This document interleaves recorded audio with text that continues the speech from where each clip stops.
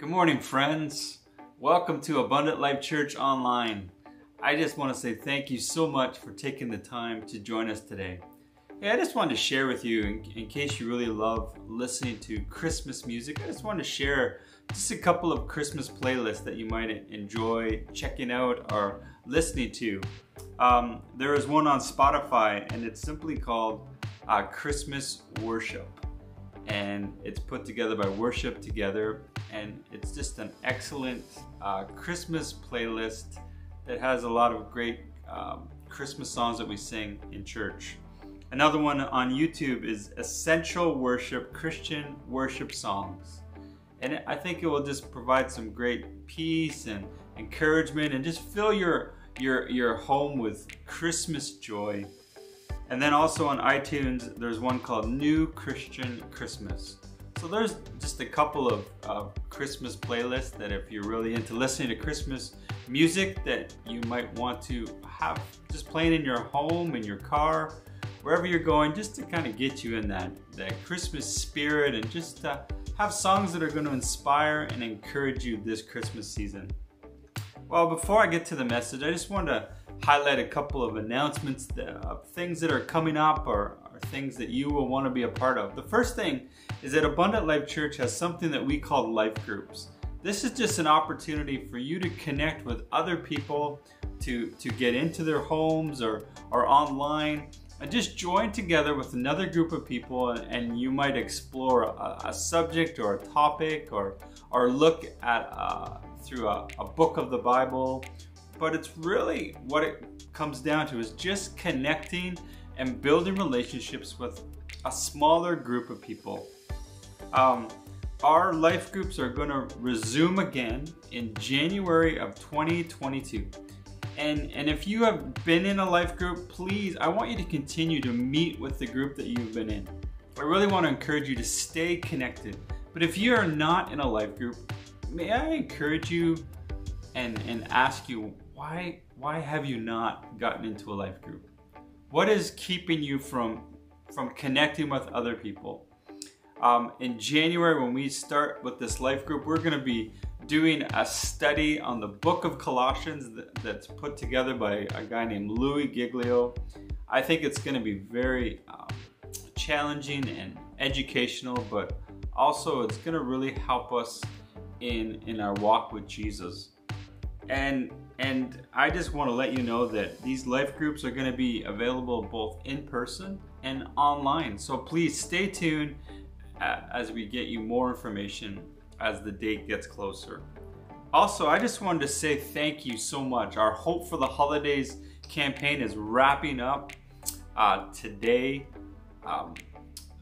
And I just want to say thank you to Abundant Life Church for your generosity. I've just been so grateful and so proud of the people and to call Abundant Life Church my home church, and as a pastor, I've just been so proud of the generosity that you have shown to these two different organizations, Habitat Interlude and Neofax Toy Drive. So thank you so much for your generosity. Also, we have something coming up on Sunday, December the 5th at 6 p.m. We're calling it our Christmas gathering. And I want to just let you know that there's going to be carols. We're going to be doing some fun games. We're going to have hot chocolate. There's going to be a family photo booth set up where you'll be able to take pictures of your family.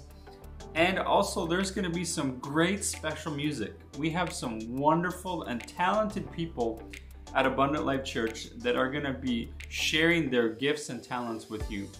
So please come together. This is such a great opportunity for us to come together as a church family. And I want to let you know, please invite your friends, invite your family, invite your neighbors. We just want as many people that can come to this to be a part of it. It's going to be a great night of just coming together, singing some songs, hearing some great music, enjoying each other's company. So please mark this on your calendar. You don't want to miss this. We really want you to be a part of this. Well, we have been on a journey. We've been on a journey as we've been exploring Old Testament scriptures that speak about the Nativity or what we know as the Christmas story. Because talking about Christmas is talking about Jesus. We've learned about his birthplace, that it was from humble beginnings, that Jesus has existed since the beginning of time, that his birth would change circumstances. We learned a little bit about his parents, about how we see through Joseph's family tree that the power of God is revealed through Jesus. And then we see through Mary's family tree that this God that is revealed is the God of the impossible, that nothing is impossible with God. And then last week we learned about the early visitors. We learned from the shepherds that just because you feel that you're an outcast or you don't belong anywhere, that all people may come before Jesus and worship him. All are welcome. And we learned from the wise men whom some may have deemed as enemies because they were from Eastern countries. But when they saw Jesus, they fell down and they worshiped before him. It didn't matter the prestige they had. It didn't matter the wealth that they had. That they would bow down. And if you have put yourself in a place where you have become an enemy of God, where choices are just, there's a separation between you and God, this Christmas, this time of year, come back to God. Come back into relationship, or come into relationship with God. But today we are going to look at, and as we kind of conclude this series, we are going to look at his mission. But I wanted to just talk a little bit. I found this article very fascinating.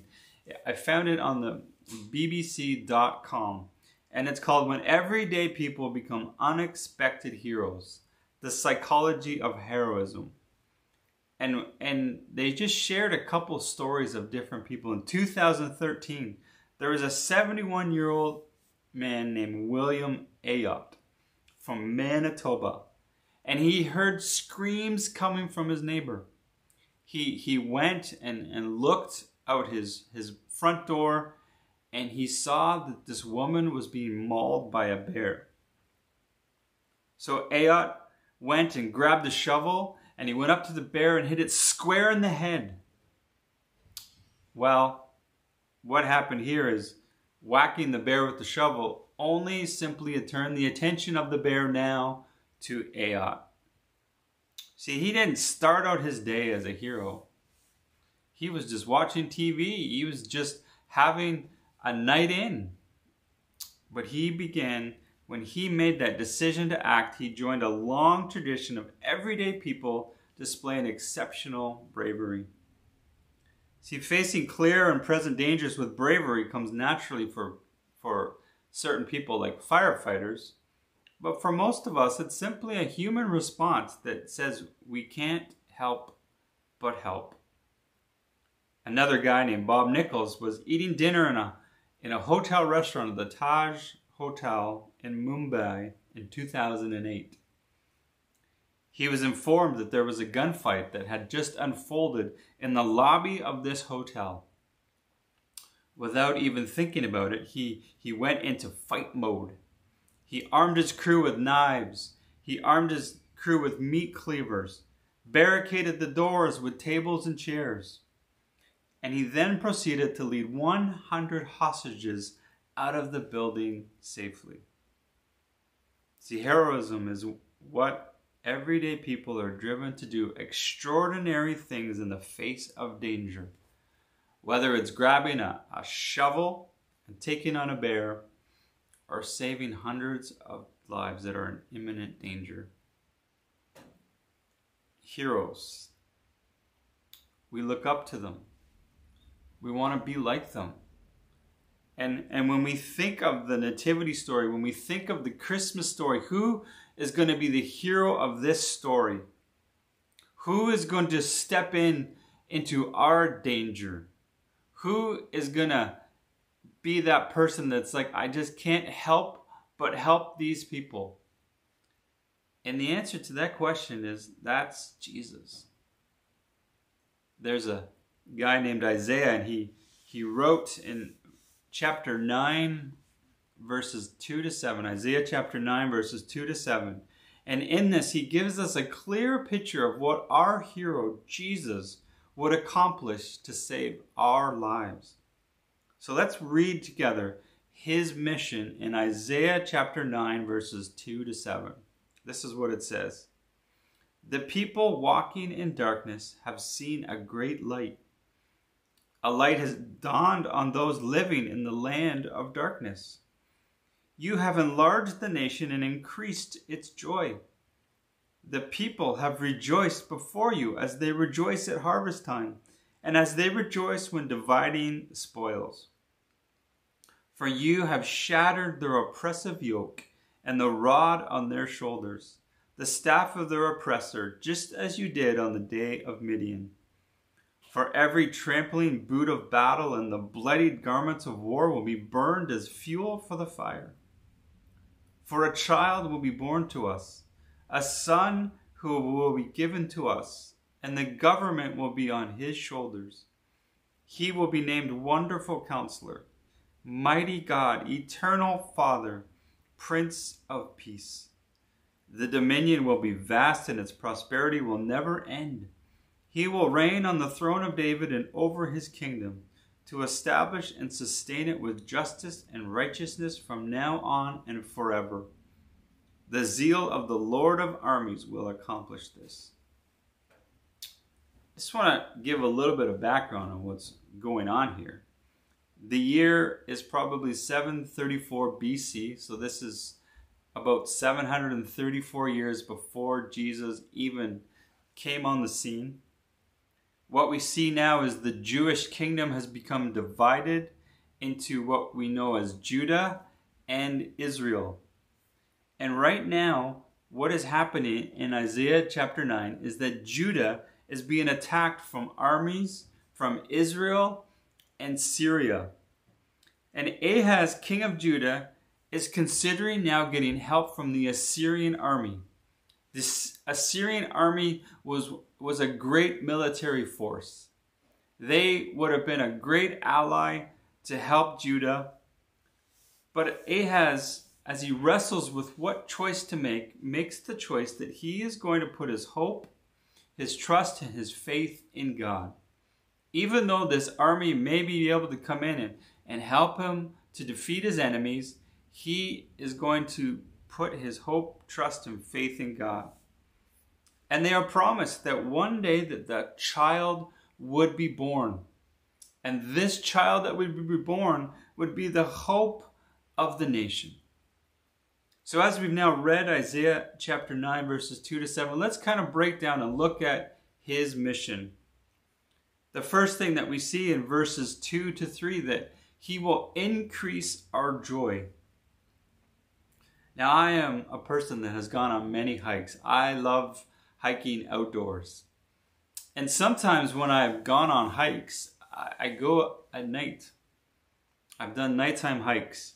And what happens is that sometimes, because I like dangerous hikes as well, I like to bring a little bit of danger into it and a little bit of adventure. I've gone near some cliffs. And sometimes I've gone near cliffs and been on hikes where then the batteries have died on my flashlight and I'm walking in the darkness. But then you get these pockets and these moments at night where the moonlight shines down just at the right spot where I get enough light to be able to see where I'm going.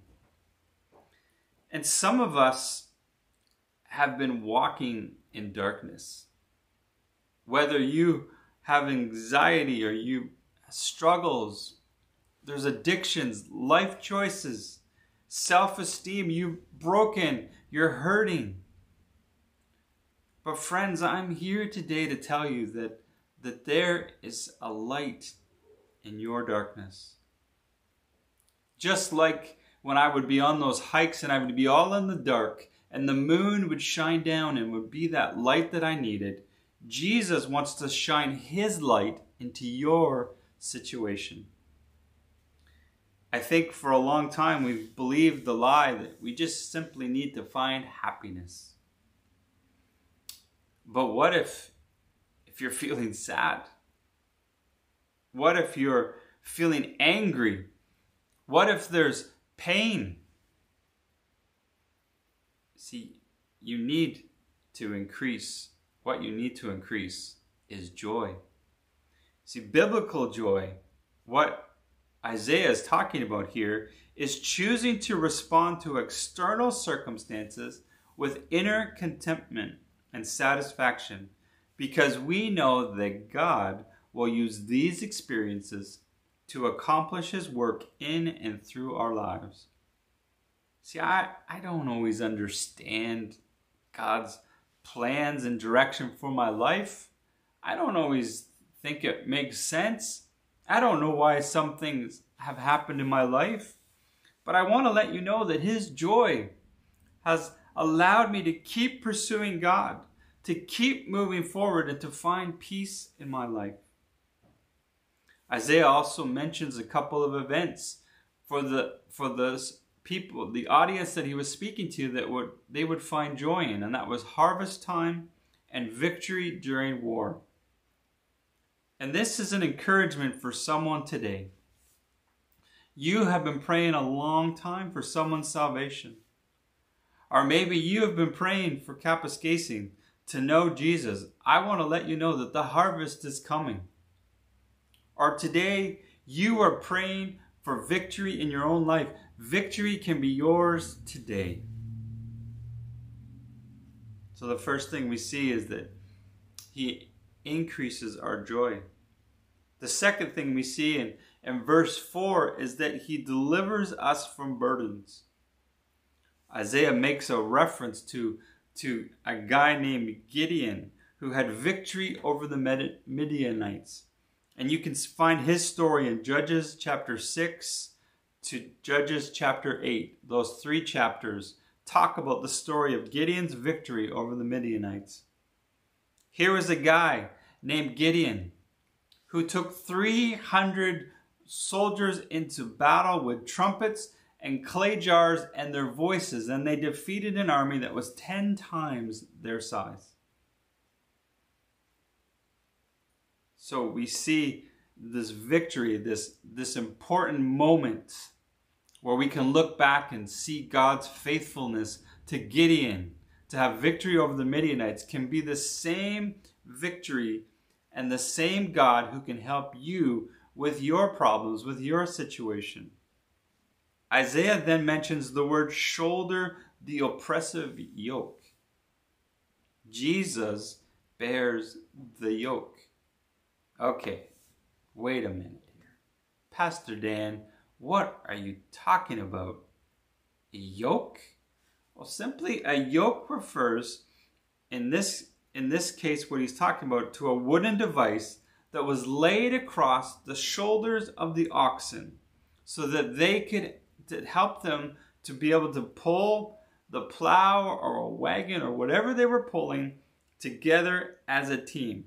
This yoke brought the 2 oxen together so that when they were together, they would be stronger to be able to pull the team. Jesus here is saying that I will take the yoke. Put your burdens upon me. Give me your burdens. Give me your troubles, your worries, your fears, your doubts. Put them on my shoulders. He delivers us from our burdens. He wants to take those burdens upon Himself. So the first thing we see is He increases our joy. Second thing is He delivers us from our burdens. He takes them upon His shoulders. And in verse 5, He says that He will bring peace on earth. Isaiah talked about a day that one day weapons and battle gear will be destroyed. Our world will one day experience peace from all wars. All wars will cease. But friends, I gotta let you know that it needs to start with us. We need to live in peace and harmony with our friends, with our family, on social media, and within our church. We need to be working towards peace and harmony with one another. See, Jesus is desiring us to live in peace with one another. Unity. Unity is what we need. The church desperately needs unity to show people in this world that we can live at peace with one another despite our differences of opinions, despite our backgrounds, but that Jesus will unite us together under his peace and that we will live in peace and harmony with one another. So Jesus, he will increase our joy. He will deliver us from our burdens. He will bring peace on earth. And the last thing is that we see Jesus' mission as God coming down. In verses 6 to 7, we again see this word shoulder is used again. But this time, it's different. This time, when the word shoulder is defined as divine authority. See, we need to be praying that government rulers will come under God's divine authority. That's what we need to be praying for our government rulers. And we get a little bit of a glimpse of who will this child, who will this Jesus be to us? And will continue to be for us. We see that he is a wonderful counselor. He will offer us wise counsel. Could anyone that's watching this right now use some wise counsel? That's what Jesus will give to us. Jesus will be a mighty God. He will have this godly power where he is fully God to perform miracles, salvation, resurrection, but also he was fully man that experienced humanity. So he can relate to what we're going through, but he is a mighty God. He will be eternal, or in some translations of Isaiah 9 verses 6 to 7, it says everlasting, eternal or everlasting Father. I don't know what your earthly father has been like, or I don't know what experiences you've had with your own father, but I want you to know that he will be a father that will be with us always.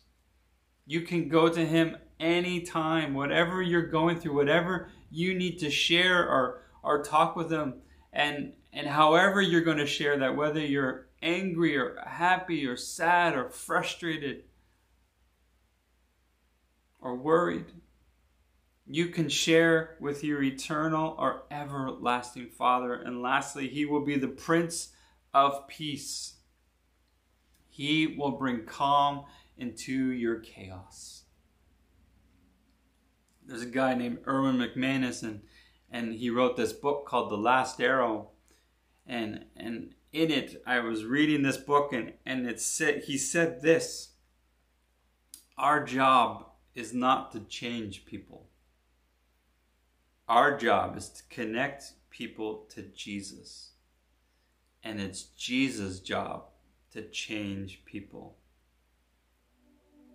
See, my friends, be encouraged. Heaven's mission became Jesus' mission. And he came down to earth to save the world. He came, and he is here to bring peace to our earth. He wants to bring peace. He wants to see us live in peace and harmony with one another. He wants to deliver us from our burdens. Whatever those things are, put them on his shoulders. Whatever you're facing today, give those to Jesus. And he wants to increase our joy, that we would have contentment and satisfaction, whatever we are going through, whatever we are experiencing, that we would experience his true joy. Let me just take a moment to pray for you this morning. Lord, I pray for anybody that may be watching this right now. And I pray, Lord, that they would know that Jesus is there, that his mission is still alive and is still going on today. That He wants to save the world. He came here to save us from our sin that separates us from God. He wants to take on our burdens, that we would put them on His shoulders, that we would give our burdens, our worries, our problems to Him. He wants us to live in peace with one another. He wants to bring peace into our homes and into our friendships, into our families.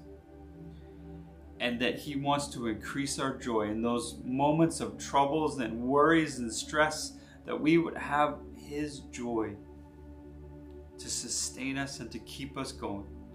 So I pray that we would know that Jesus is here for me and for anybody that is watching right now. In Jesus' name, amen. Amen. Be encouraged, my friends. His mission, Jesus came down the earth to save the world. He came to bring peace to our earth. He came to deliver us from our burdens, and He came to increase our joy. I want to thank you so much for taking the time from your busy schedule to spend a few moments with us today, to share with us on Abundant Life Church Online. And I just want to say thank you so much for your faithful giving to Abundant Life Church. Your generosity allows us to continue to be an active and vibrant church. If you'd like to give, you can give through an e-transfer. It's simply at giving@abundantlifecap.com.